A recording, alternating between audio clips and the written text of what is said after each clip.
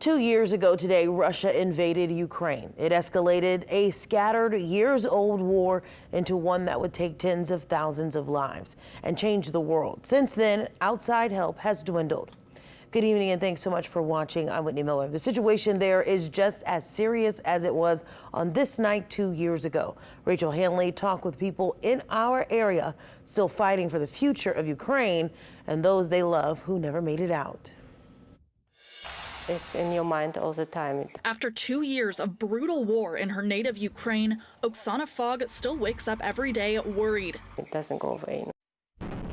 On February 24th, 2022, Russia launched a full-scale invasion of Ukraine. The Kremlin made it clear its goal was a complete takeover. In the beginning, people were hoping that it would finish earlier. It would not be lasting that long time. But it did. 2 years in, a lot looks the same.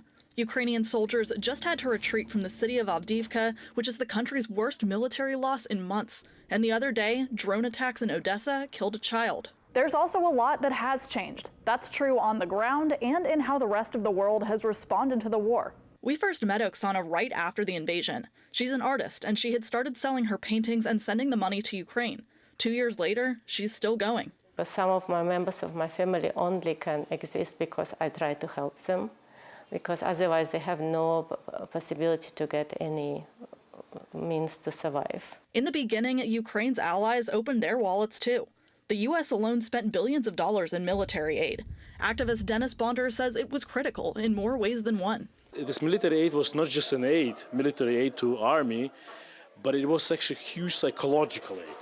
It was almost like a psychological counseling on the national level. Now, after 2 years, a lot of that aid has slowed down, tangled up in Congress, or just not considered in the first place.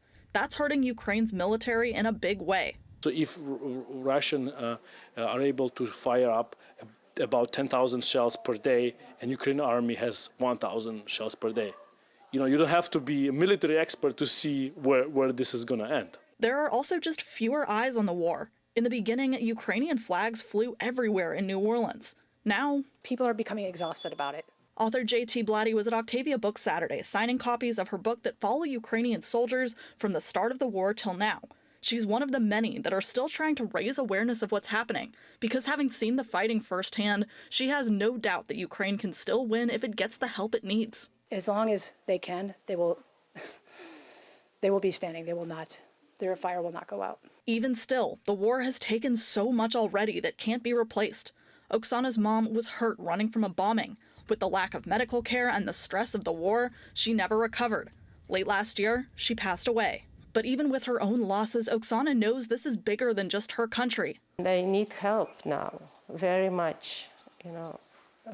All the world should support Ukraine as much as possible, because Ukraine is doing their job protecting democracy in the world. And with the war still raging, there's no telling what this year will bring.